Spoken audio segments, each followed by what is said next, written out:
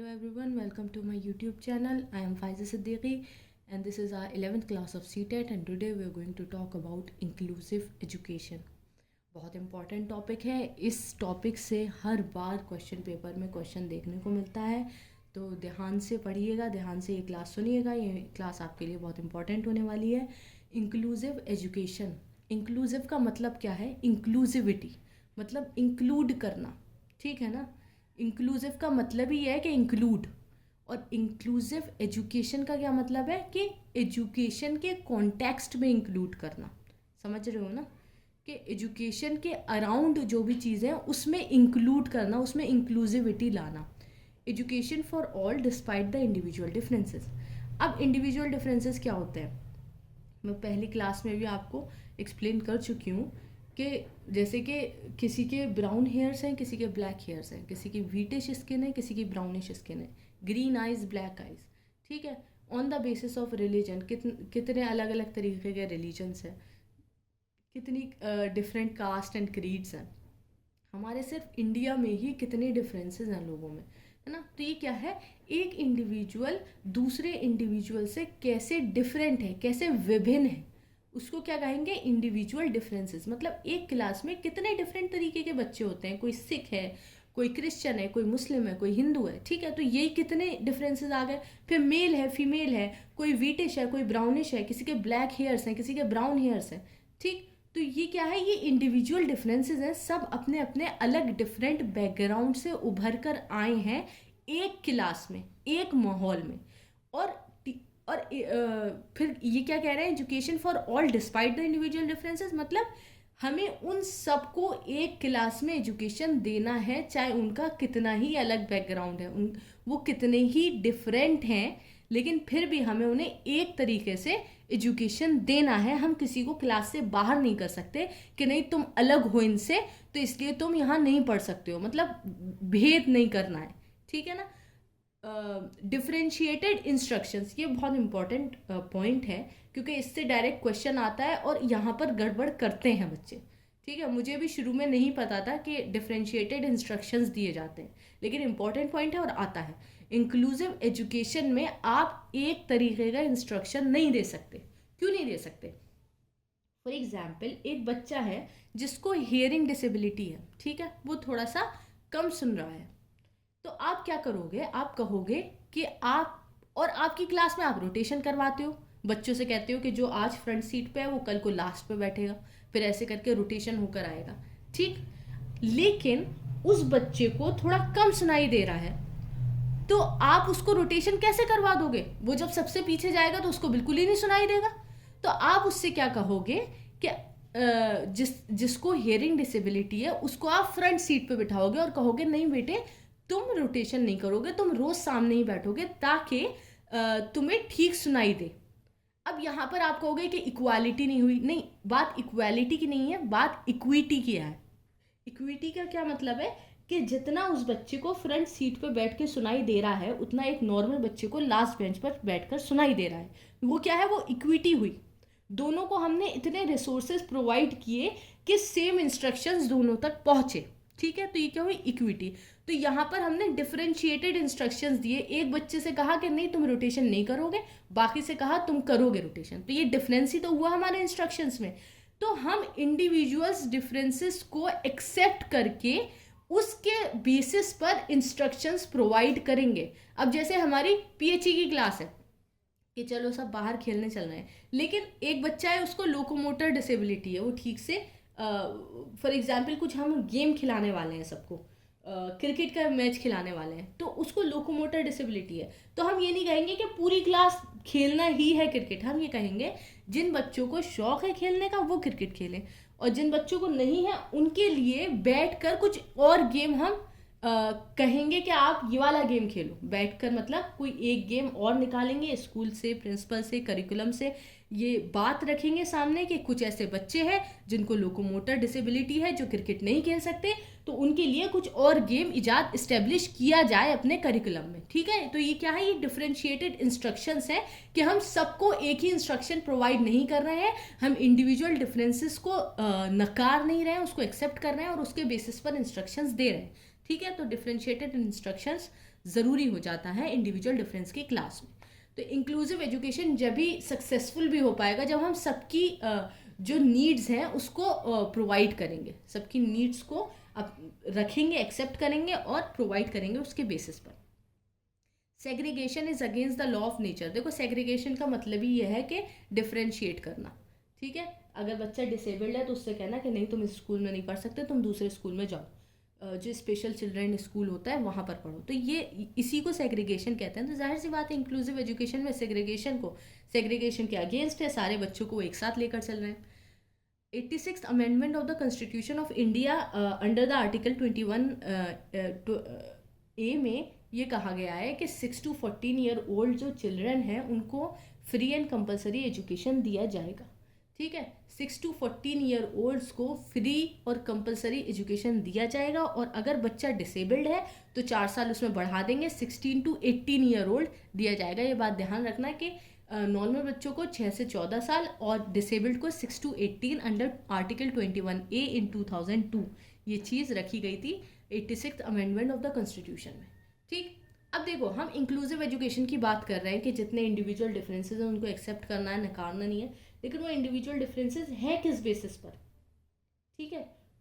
कुछ बच्चे होंगे जो हेल्दी होंगे, जिनका नॉर्मल आईक्यू होगा, कुछ बच्चे होंगे जो गिफ्टेड होंगे, जिनका आईक्यू बहुत अच्छा जा रहा होगा, बहुत सुपीरियर होगा, कुछ ऐसे बच्चे होंगे जो डिसेबल्ड होंगे, ठीक है। हमारे सिलेबस में डिसेबिलिटी पर ज़्यादा क्वेश्चन आते हैं तो हम उसी पर फोकस करेंगे। अब हम पढ़ते हैं types of disabilities. Visual disability, जो बच्चा मतलब या तो कम दिखाई दे रहा है या कलर ब्लाइंडनेस है, तरह तरह के हो सकते हैं विजुअली, तो विजुअल डिसेबिलिटी है। ऑडिटरी डिसेबिलिटी है। इंटेलेक्चुअल डिसेबिलिटी, जो मैंने अभी कहा कि लो आईक्यू जिनका होगा बिलो एवरेज में, उनका इंटेलेक्चुअल डिसेबिलिटी होगी। लोकोमोटर डिसेबिलिटी मतलब लिम्स में कोई डिसेबिलिटी के मतलब ठीक से चल नहीं पा रहा है बच्चा, इस टाइप की। और लर्निंग डिसेबिलिटी सबसे इंपॉर्टेंट है और इसी से क्वेश्चन देखने को मिल जाता है ज़्यादातर। लर्निंग डिसेबिलिटी मतलब बच्चे में कुछ इस तरीके की डिसेबिलिटी है जिसकी वजह से वो पढ़ाई में उसको प्रॉब्लम हो रही है, ठीक है, उसके एजुकेशन में प्रॉब्लम हो रही है। तो उसके बारे में हम पढ़ने वाले हैं कि लर्निंग डिसेबिलिटीज़ कितने तरीके की होती हैं। पहली है डिसलेक्सिया। देखो हमेशा डिसलेक्सिया का मैं एक ही एग्जाम्पल देती हूँ, आसान है, अच्छे से इंसान याद रख सकता है। हमारा जो ईशान अवस्थी था तारे ज़मीन पर, वो डिसलेक्सिक था बच्चा, उसको डिसलेक्सिया था, उसको पढ़ने में प्रॉब्लम होती थी, ठीक है। तो डिसलेक्सिया क्या होता है? रीडिंग में प्रॉब्लम, मतलब उसको वर्ड्स उन बच्चों को उल्टे सीधे दिखाई देंगे, जम्बल्ड फॉर्म में दिखाई देंगे, रिवर्स फॉर्म में दिखाई देंगे। जाहिर सी बात है जब वर्ड्स ही अल्फ़ाबेट्स ही उसको जम्बल्ड दिख रहे हैं तो वो सेंटेंस कैसे पढ़ लेगा, ठीक है। तो रीडिंग में प्रॉब्लम होती है डिसलेक्सिक स्टूडेंट्स को। अप्रेक्सिया क्या होता है? The brain is unable to deliver correct movement instructions to the body. मतलब जिन बच्चों में एप्रेक्सिया होगा उसमें जो उनका माइंड है वो ठीक से बॉडी को इंस्ट्रक्ट नहीं कर पाता है कि तुम्हें इस वक्त ये करना है। टीचर कह रही है कि डिक्टेशन हो रहा है, मैं बोल रही हूँ तुम लिखो, लेकिन जो अप्रेक्सिक बच्चा होगा, अप्रेक्सिया जिसको होगा, वो ज़रूरी नहीं है कि वो उस वक्त लिख पाए, ठीक है, क्योंकि उसकी माइंड जो है उसको वो करेक्ट इंस्ट्रक्ट नहीं करेगा कि इस वक्त लिखना है। तो उसमें माइंड जो है वो ठीक से इंस्ट्रक्ट नहीं कर पाता है बॉडी को कि इस वक्त हाथ का काम है, इस वक्त सब दौड़ रहे हैं तो तुम भी दौड़ो, इस वक्त पैर का काम है। तो यहाँ पर ये माइंड से रिलेटेड प्रॉब्लम होती है कि इंस्ट्रक्शन ठीक से माइंड नहीं दे पाता है। तो जाहिर सी बात है वॉकिंग में भी प्रॉब्लम हो सकती है उसको, राइटिंग में भी। जब माइंड ठीक से इंस्ट्रक्ट कर ही नहीं रहा है उसकी बॉडी को, तो फिर वो क्या ही काम कर पाएगा ठीक से, समझ रहे हो ना। तो जिनको अप्रेक्सिया होता है उसमें ये प्रॉब्लम होती है कि उस वक्त वो हो सकता है वॉक ना कर पाए क्योंकि माइंड ठीक से इंस्ट्रक्ट नहीं कर रहा है, या लिख भी ना पाए, ठीक। So this is apraxia. Now next is dyspraxia, developmental coordination disorder.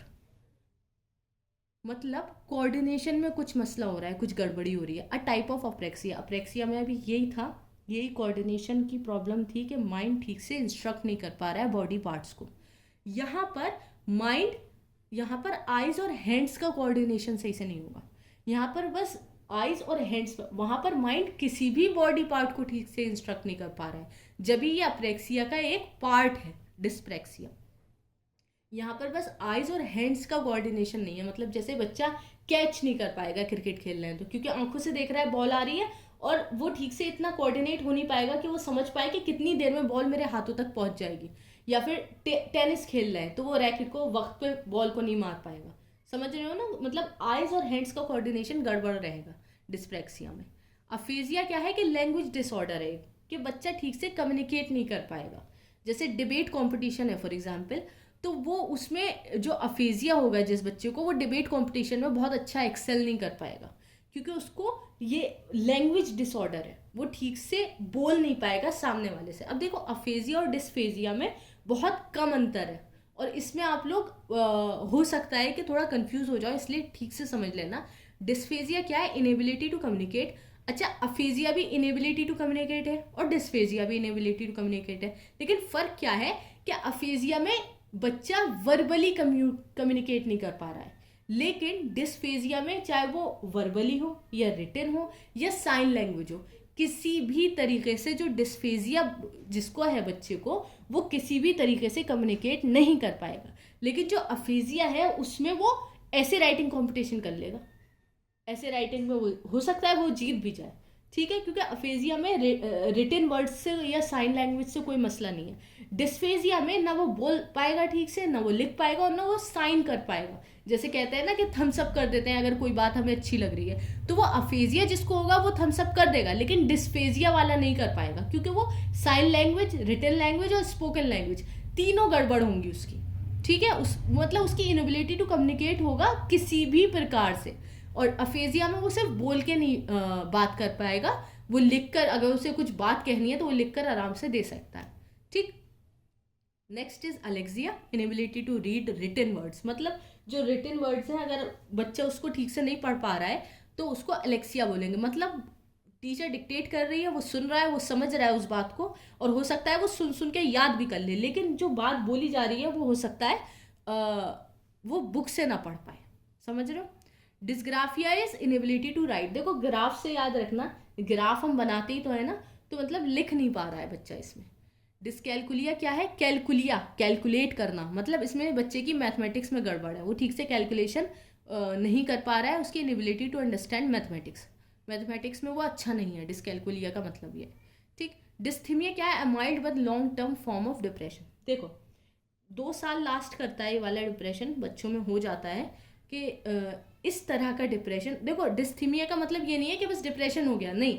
Dysthymia का मतलब ये है कि एक लॉन्ग टर्म का, मतलब 2 साल तक का डिप्रेशन होगा जिसकी वजह से वो पढ़ नहीं पाएगा, उसे पढ़ने लिखने में दिक्कत आएंगी, उसको कहते हैं डिस्थीमिया। मतलब एक डिप्रेशन की वजह से जो बच्चा लर्न नहीं कर पा रहा है वो डिस्थीमिया है, ठीक। Last is dysmorphia, a mental condition where a person spends a lot of time worrying about his body flaws. मतलब बच्चे का बॉडी बिल्कुल ठीक है, ठीक है, मतलब उसकी जो मॉव्ड है बॉडी वो बिल्कुल ठीक है, लेकिन उसके दिमाग में ये आ रहा है कि मेरा एक हाथ दूसरे हाथ से ज़्यादा लंबा है, या मेरी एक टांग लंबी है एक टांग छोटी है। उसकी टांगे बिल्कुल ठीक है, लेकिन उसके दिमाग में ये बात आ रही है कि मेरा स्ट्रक्चर जो है वो थोड़ा सा गड़बड़ है, कुछ चीज़ें बड़ी हैं कुछ चीज़ें छोटी हैं, लेकिन असल में ऐसा नहीं है, बस उसका माइंड है जो वो गेम्स प्ले कर रहा है उसके साथ। असल में उसका बॉडी स्ट्रक्चर बिल्कुल ठीक है, बिल्कुल नॉर्मल है, ठीक। तो ये थे हमारे learning disorders. I hope you enjoyed my video and learned something new here, and if you did then you can like, share and subscribe to my YouTube channel, and thank you for watching.